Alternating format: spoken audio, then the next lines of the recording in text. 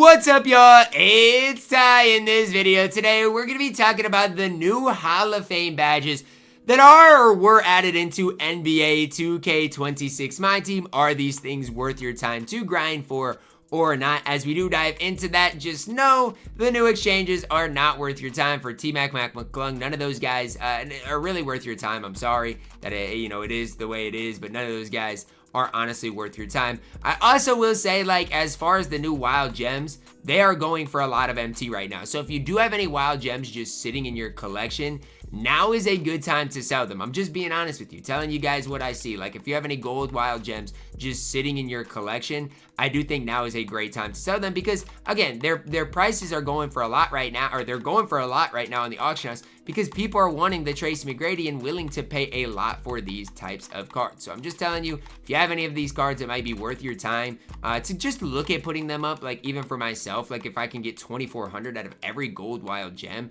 like, it's hard for me not to put these cards up and just take what people give me. I mean, genuinely, like, if people are gonna give me 2,400 consistently for a wild gem gold card, like, I would be crazy not to take advantage of that. And similar to that, guys, like, sniping these wild gem cards today could be definitely something to look at as well for you guys. So again, I'm not necessarily telling you guys what to do. It's not what this video is about, but I'm just saying with what the exchanges are like right now, could definitely be worth your time. So I'm gonna get these guys up real quick, then talk about it. You can grind today for 3 Hall of Fame badges for absolutely free. Now, I don't necessarily love Aerial Wizard, but Rise Up is a good badge. You look at Posterizer, that's a good badge. You've got some good badges to at least look at today. Are they hard to get? We'll talk about that. I don't really think they're super hard to get. I think they're relatively easy to obtain as you do grind things out. So let's take a look at it as we do dive into this thing. You go to Season 1, you got 3 different badges. First one, Posterizer. What do you need? 5 dunks with Amethyst and up players in triple threat game, easy. 50 dunks over multiple triple threat games, easy. Win 20 triple threat games, easy, right? Really easy challenges to do. Now for Aerial Wizard, you need 1 dunk with Mac McClung in a game. So you gotta get Mac McClung to get the Aerial Wizard badge.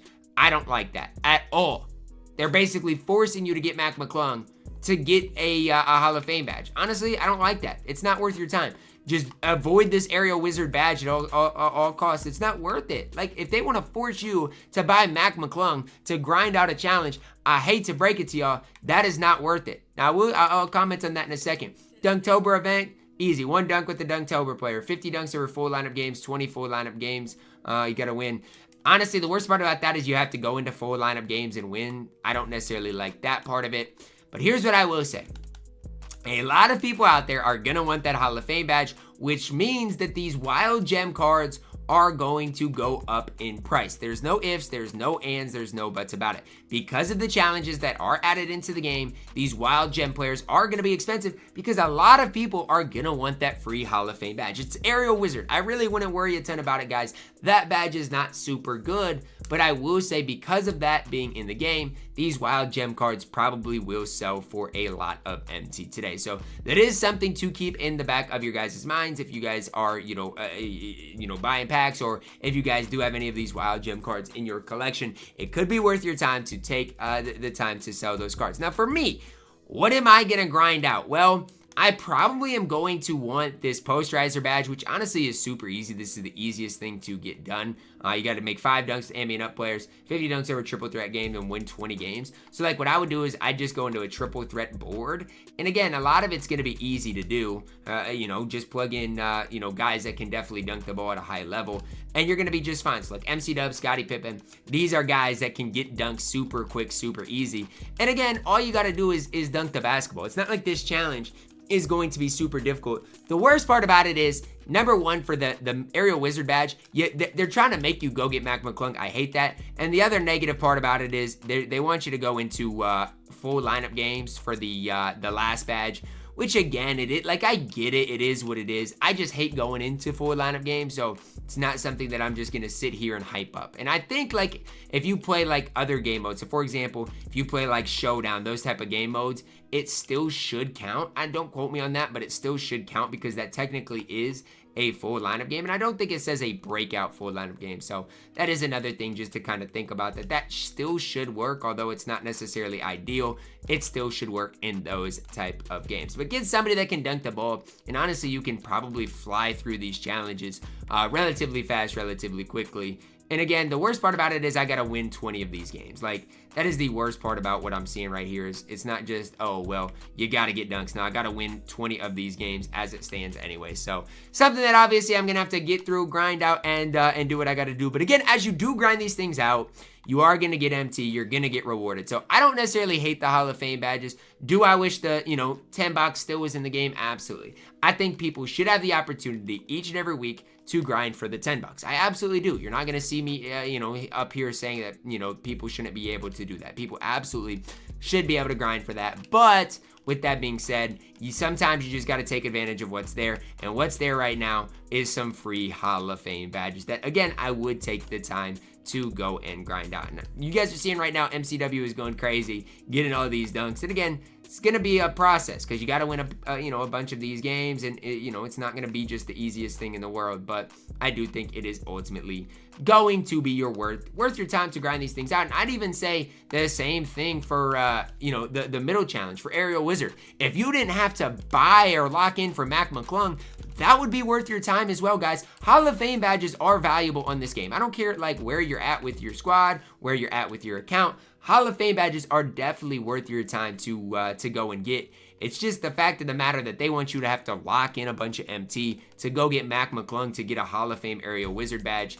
That is troll to me. Now, if Mac McClung plays for you and you want to get the card, that's a separate discussion. But I'm just saying, for the average person that plays this game, that is not worth doing. And the fact that they got a challenge behind a paywall, to me, is crazy. Right? You're going to drop these challenges that are free. Oh, and then you're making us get Mac McClung. That is just something that I don't think I'll ever see eye to eye with 2K on. And I'm sorry, but that's just the kind of the way that I operate. So it is what it is at the end of the day. Control the controllables, but that is not something that I necessarily do love that 2K is doing with this. But again, it is a lot of free challenges for some easy Hall of Fame badges. And I'm going to go and do it. So I can't say that, oh, these challenges are the worst, and then I go and grind the things out. The worst part about it is the 20 full lineup games is going to be a long grind. For the last of them all, that is going to be a long grind at the end of it. But again, 1 out of 20 wins, 9 out of 50 dunks, and at the end of it, I'll get posterizer. Again, this is the annoying part. Make a dunk with the dunktober player in a game, and then I got to get dunks in full lineup games and then winning full lineup games. Now again,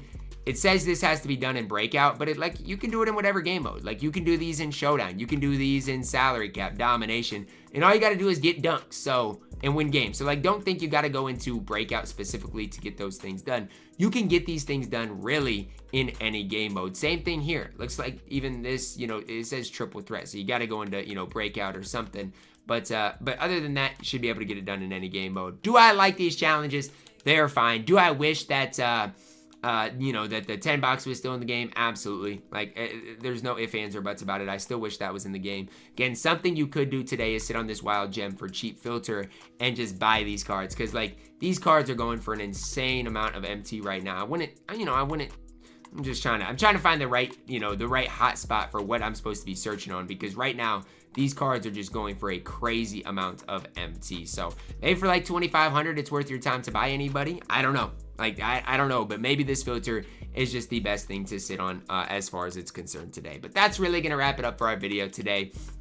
New challenges in the game. I would take the time to grind for the Hall of Fame badges. Now, when you go to apply Hall of Fame badges, so for example, let's say I get that Hall of Fame posterizer badge. Try to put it on somebody that's going to be on your squad for a while, right? A lot of people want to put it on somebody that's sellable. You could, but I just don't think you're going to get the return on investment. But the most important thing when applying Hall of Fame badges is apply it to somebody that's going to be on your squad for a while. So for example, for myself, what am I going to look at? Well, I still want the Pink Diamond Joel Embiid. So for example, when it comes to Rise Up, I'm going to see, okay, if I can get Joel Embiid, and then that is the guy that I would put Hall of Fame Rise Up on. For example, a lot of people like Jack Sigma, right? you could, if you wanted to, right, put that Hall of Fame posterizer and rise up on JxmyHighroller if you did want to. So those are the things that I would think about, at least for you guys. Not saying you got to do what I'm telling you. I'm just saying I would at least take the time to think about those couple of things. That's going to wrap it up for our video today. You guys can let me know your thoughts on this down below in the comments. Things are crazy right now in 2K. I wish we still could grind for the 10 bucks, but other than that, it is what it is. I do expect these wild gem prices to settle down eventually, so that's kind of why I'm trying to take advantage of it, because again, these cards are, and these prices are not going to stay like this forever. So that's going to wrap it up for our video. You guys can let me know your thoughts on it down below in the comments. Drop a like on the video, subscribe if you are new, and as always, man, I love you guys. Have a blessed day.